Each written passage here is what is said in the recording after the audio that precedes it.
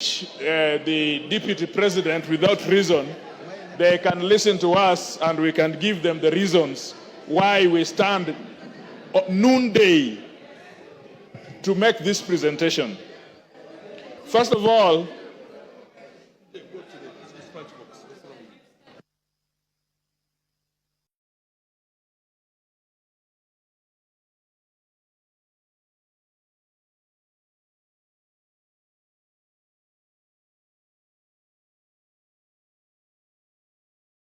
Member for Machakos County, what is the problem?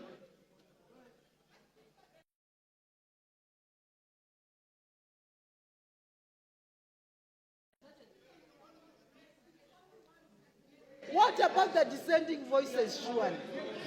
The speaker has no way of knowing who is descending. Yes. Go on, Kajwang. Yes.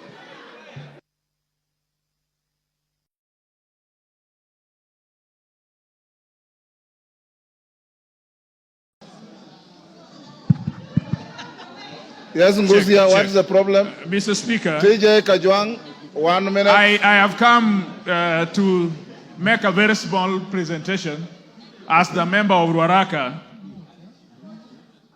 First of all, having seen that the motion has been signed by 291 members, this House, single constituencies are 290.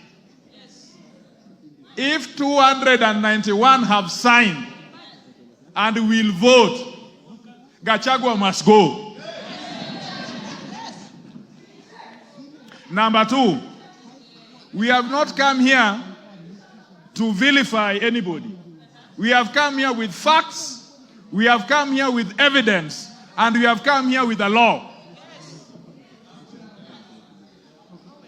I want to be in a country where my son and my daughter, if he qualifies and if he's eligible, will get employment, will do business, will walk proud and tall, not because he comes from Waondo village in Nyanza, but because she or he is eligible.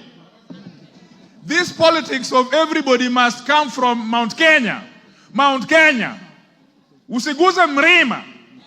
Usiguze milima. We must show, Mr. Speaker, that this country is for us all. We must show, Mr. Speaker, that there are no people who are entitled more than the others. That there are people who fought for Mau Mau more than the others. Or that there are people who are more populated than others. And so this idea that they work for Kenya Kwanza government and that they must eat, it is their time to eat. This deputy president his mentality is that he got votes for President Ruto, and so it is his time to eat. For that reason only, I would vote, because I want a situation after we are through with elections, everybody, including me, is served, because I pay taxes like everybody else. For the deputy speaker to go to... Wamuchomba. There's a point of order. Mr. Speaker, is the member on the floor? Which order? Mr. Speaker, I'm addressing Mr. Speaker. You are not the Speaker. I am addressing Mr. Speaker. Stop heckling. You are not the Speaker. I'm addressing the Speaker. Go ahead. Mr. Speaker, is the member Honorable Kajwang in order to say that there is a mentality that the deputy president has a mentality to eat? Does he have any gadget to measure mentality? Is that a mentality? Which gadget do you use to measure mentality? Go on. Check. Mr. Speaker, first of all, pronounce my name properly. I'm not Gachechwa. I am Kajwang, not Kajwang. Number two, Mr. Speaker, this is a problem. Everybody, I heard them call it Raira, Kajwang, some of you must learn that we are in a country for everybody. Nobody is powerful than the other. Nobody comes from a section of community. Today we will show that this country is for everybody. Mr. Speaker, there must be hygiene in leadership. There must be hygiene. You cannot trade with government and you are the deputy speaker. Deputy president. Sorry. You cannot trade with government and then you are the deputy president. You cannot trade with government and you are a state officer. Even you who are sitting here, stop trading with government. So that you only have one work, which is an elected member of this house. So, evidence has been laid before us. And we are clear on page 16 of this evidence that him and his family, first of all, he thinks that his family, it is all right if his family trades with the government. He has not read the Leadership and Integrity Act. You yourself, your wife, your mother, your son, your daughter must not trade with government so that we allow enterprises to grow out there. Mr. Speaker, only on that basis, I think that there is a situation here which we must save. The third one, Mr. Speaker, he is principal assistant to the president. If we don't deal with this thing today, all vice presidents or deputy presidents will think that the president is age mate. There must be a distinction between a president and a deputy president. This one, at least the president has allowed him to chair the cabinet. At least the president has allowed him to be the chairman of IBEC.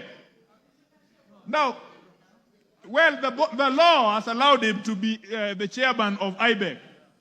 What would happen if, as the chairman of IBEC, he is only giving budget allocations to people from Mrema?